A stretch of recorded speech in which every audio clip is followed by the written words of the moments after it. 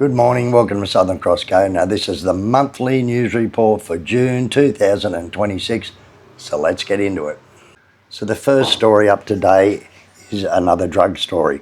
BNN uncovers an international drug trafficking network following arrest of Russian nationals in Bali.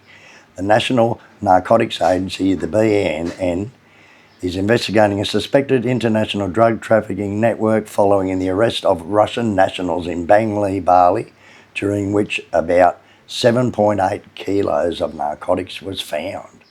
On June 5th, they arrested two Russian nationals identified as KK, 52 years old, and SK, 42 years old.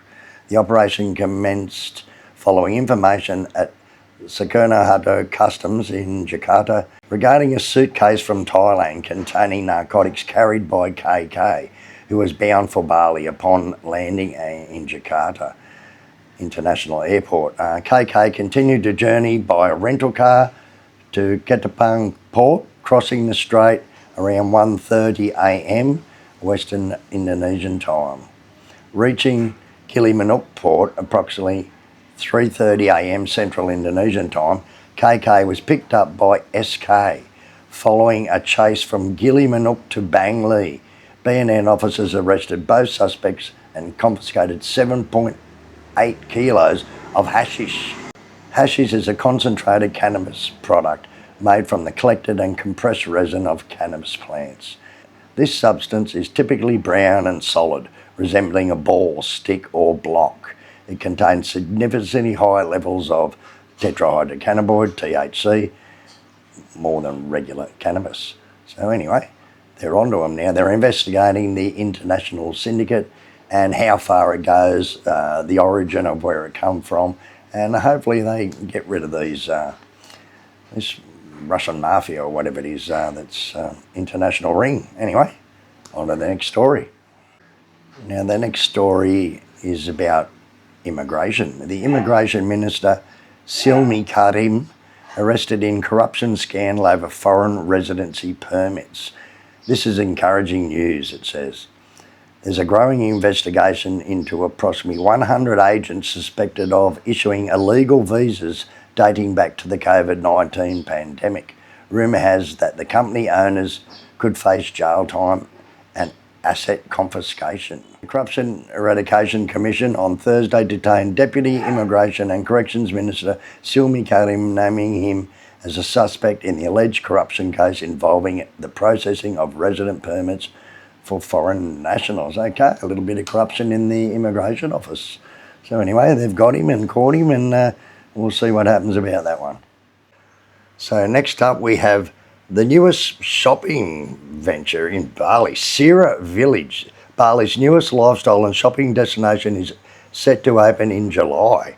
The Kura Special Economic Zone is poised to become Bali's next major lifestyle and residential hub.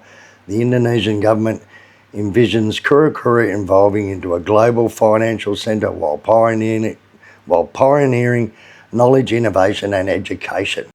In the heart of the development is the Mitsubishi estate, which has unveiled plans for a revolutionary retail space that promises to transform Bali. Sira Village, the Grand Outlet Bali, is the largest outlet shopping centre in the region, overlooking the stunning sunsets of the Serangan Island coast. Maybe it's out on Serangan Island there. The complex will feature more than 100 internationally recognised brand outlets that spans 4.7 hectares within the expansive Kura Bali zone, which covers over about 500 hectares. Wow. The newest one, it's set to start operations in July 31st, 2026, and with less than 2 months until its opening, the Mitsubishi estate has provided a glimpse into the exciting new development. Wow, sounds all right. They're finally going to start. I know there is a complex there in Serangan at the moment with the Starbucks and that on Turtle Island, but this is the newest big thing. It's going to be a big major shopping mall type thing, I suppose. So anyway, I'll be out there to vlog that when it opens up in July. Yeah. In partnership with Kura Bali Sira Village, it aims to present Bali as more than just a tourist hotspot, showcasing it as a world-class destination beautifully blends lifestyle, culture and experiences. It isn't just about retail, it's about creating a new waterfront lifestyle experience for Bali that feels open, dynamic, communal and deeply connected with the soul of the island. Wow, sounds pretty exciting. We'll see what it's like when it opens up. Okay, so next up we have Indonesia's anti-corruption agency has raided the Denpasar immigration office as part of an investigation to alleged extortion linked to foreign residency permits. And this apparently happened in COVID, started in COVID, and they were asking people for extra payments after they were knocking back their visa. It's the story I heard. So authorities are examining whether foreign nationals were asked to make improper payments during the permit process. The investigation is ongoing and immigration services remain operational.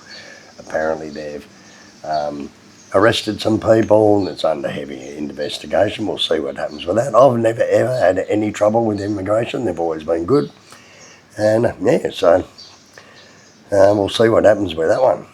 Bali boosts safety tourism season with major police patrols across hotspots. So apparently they've been down on patrol a lot more in North Bali. On the evening of Saturday, 20th of June 2026, a contingent of 35 police officers under the leadership of North Kuta Police Chief Commissioner conducted extensive patrols through the North Kuta region in areas like popular destinations such as Canggu, Seminyak, known for their vibrant nightlife and bustling tourist activity. The patrols employed a combination of emergency response vehicles, motorcycles and cars to cover multiple neighbourhoods. It's probably a good thing, I suppose. There's been apparently a lot of petty theft lately. Jewellery snatching is one thing that seems to be hearing a lot about lately. Bag snatches as always, and it's just petty theft, you know. But yeah, it's good that they're actually trying to do something.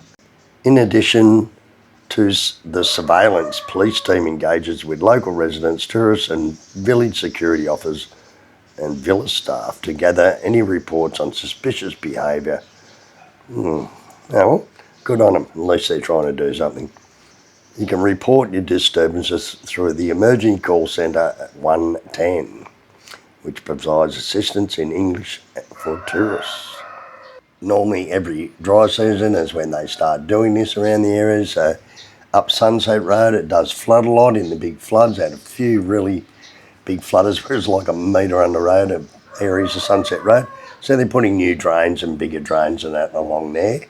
It's all starting now. So whether that's going to hold up traffic or not, I don't know. We'll have to see. But I suppose it's a good thing, yeah.